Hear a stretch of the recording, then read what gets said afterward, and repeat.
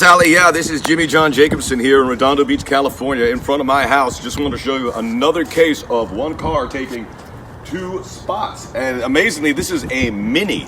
You can actually fit three of these cars in those spots, but he has parked it in such a way where only one car will fit. You can see all the space in the back and some space in the front.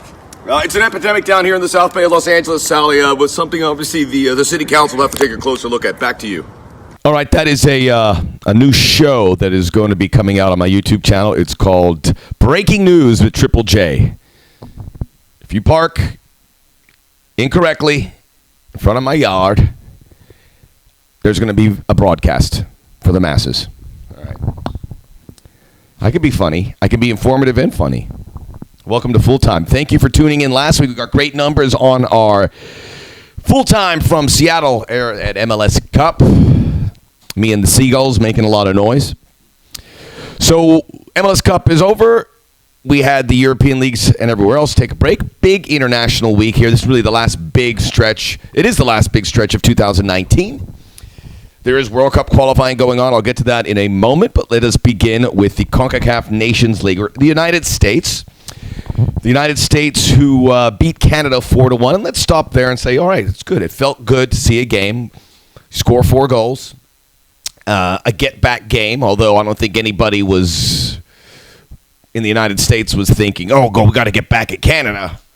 It's not a rivalry. It was a major... The United States should not be losing to Canada at the international level, but they did. And the United States returned form. This is not USA, Mexico, all right? All due respect to our Canadian viewers. I love you, Canada. I love the Canadian people. Not crazy about your beer, but everything else is good. All right, that was in Orlando. So there's a few things to break down as the United States prepare for Cuba. That'll be coming up Tuesday in the Cayman Islands. It is a game that the United States will virtually get nothing out of. I can't imagine anything positive. So this game against Canada is where you want to get the most value in it. I think there were obviously some people disappointed with the starting 11. The introduction of Gyasi Zardes again, and Gyasi Zardes has become the poster boy for this U.S. men's national team. And the dismay that the public has shown towards it. You don't want to be the poster boy of the U.S. men's national team right now. But he got in there, and that was one of the positives. Good for Gyasi Zardes, because he gets dragged around a lot. He scored 2 really nice goals.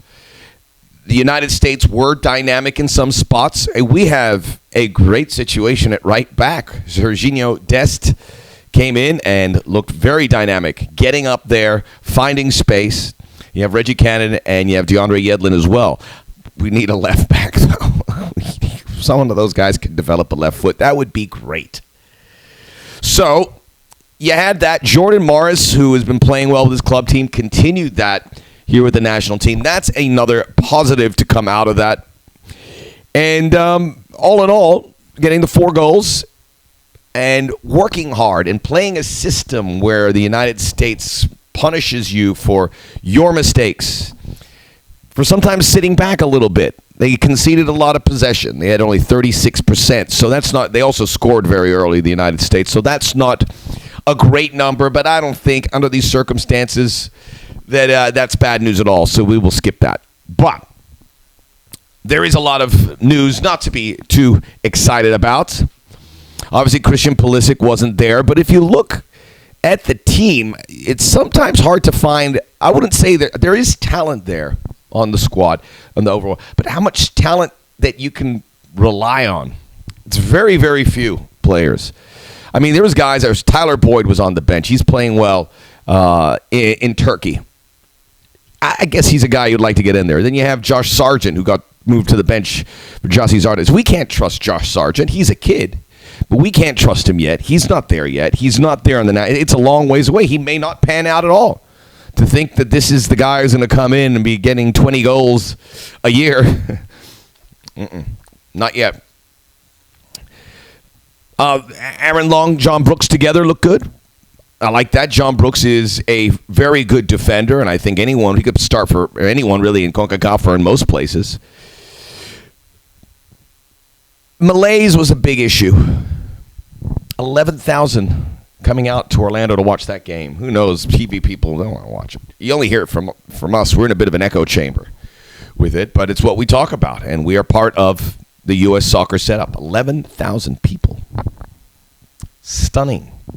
For a game that had some clout to it. Canada's not like they're playing a small team from the Caribbean. It's Canada. So I think there shows not only it's a result of what's going on the field, but it's also the lack of PR. It's the marketing of this team. It's non-existent. So things have to get fixed on that front. Christian Pulisic wasn't available. That was frustrating, obviously, because he did have an injury. But, well, without Christian Pulisic there, that meant the most dynamic player, the best player, was Alphonso Davies. And I think how the USA handled him is pretty worrisome. A guy like that who would just cut through the U.S. with that ease. You don't want to concede that against Canada. You always want to have the best player. And maybe Davies is better than Pulisic, but right now with Pulisic's form, we'd say he's the best. But after that, it is their best player that was most impressive on that night. All in all, I'm not going to dwell on it too much. You move forward. It's just frustrating because it feels still so far away from what's going on in Mexico. Tata Martino's the guy I would like to have coaching this U.S. team, and he has got that national team, the senior team, on song, performing well, thriving. And then their under-17s team this close to winning the World Cup at different levels. You know, the U.S. under-17s flamed out of that competition. Really poor. We can keep complaining. You're not going to say, oh, it's all great. But there was some progress, so good for them. Again, nothing's going to come out of the Cuba game. All right, Euro 2020 is taking shape. This is so exciting. So exciting. 17 teams in. England, the Czech Republic, Ukraine, Portugal, Germany, Netherlands, Croatia, Spain, Sweden, Poland, Austria, France, Turkey, Belgium, Russia, Italy, and Finland making their first major competition. But that list I read you, there are some surprises. Very few. It's very crowded at the top, the countries you want to make it. And it is because of that I'm going to make this statement. I think this is going to be the best Euro 2020 ever. And then you also get a little something extra. I think when I looked at teams that have made a statement, England, Belgium, France, Spain, then you have teams like Germany, Netherlands, Italy, Portugal, the champs. Look at that top 8. I think 6 of those teams could probably win it. Maybe you get a surprise. We got Wales 4 years ago or 3 years ago. And as we get closer to the final qualification of this Euro 2020, it's all going to happen very soon here. 3 more automatic spots. And then, I don't know if you were aware of this, and it's just, I just really kind of paid more attention myself. 16 teams are going to go into a mini tournament to determine the last 4 bids. I cannot wait for this. So there'll be four groups of 4 teams, and the winner of each group goes in. And the teams that are going to be there are a lot of third-place teams from qualifying, but also teams that did well in UEFA Nations League. So Iceland did well, UEFA Nations League. They're going to be in there. We could get Iceland back in there. Switzerland did wonderfully. They could have stunk up the place in qualifying and still made it through this method. This tournament is unlike anything I've ever seen. You almost get 2 tournaments for the price of 1. Brilliant, UEFA. Brilliant. I could not have even come up with something this creative and wonderful. A mini tournament for 4 spots before you get into the big tournament. Check that out. It's coming soon. It's going to be insane. And I told you it opens the door not just for Iceland. Scotland should be in that tournament. Norway, a burgeoning European team with great young talent. They have a shot in there. Kosovo, they fell short. They couldn't. Israel, Wales, Ireland. Man. Euro 2020, already stacked. It's going to get more stacked because of these checks and balances to see who's going through. Unbelievable. Can't wait. Can't wait. And there's very few blowouts. When you look at that 20, we thought 2014 was too much. I think you can expand the Euros before you expand the World Cup. Europe is that good, and it's because of Finland and Iceland and Kosovo that are picking up their spots and moving closer to the top than the bottom. I mentioned earlier, Asia World Cup qualifying is underway, and a great story developing out of there from Vietnam. Good morning. That's neither here nor there. I just felt like saying it. Robin Williams. Vietnam convincing, beating their defensive just web. They get it done. They beat the United Arab Emirates, which is a nice win for them. They're in Hanoi.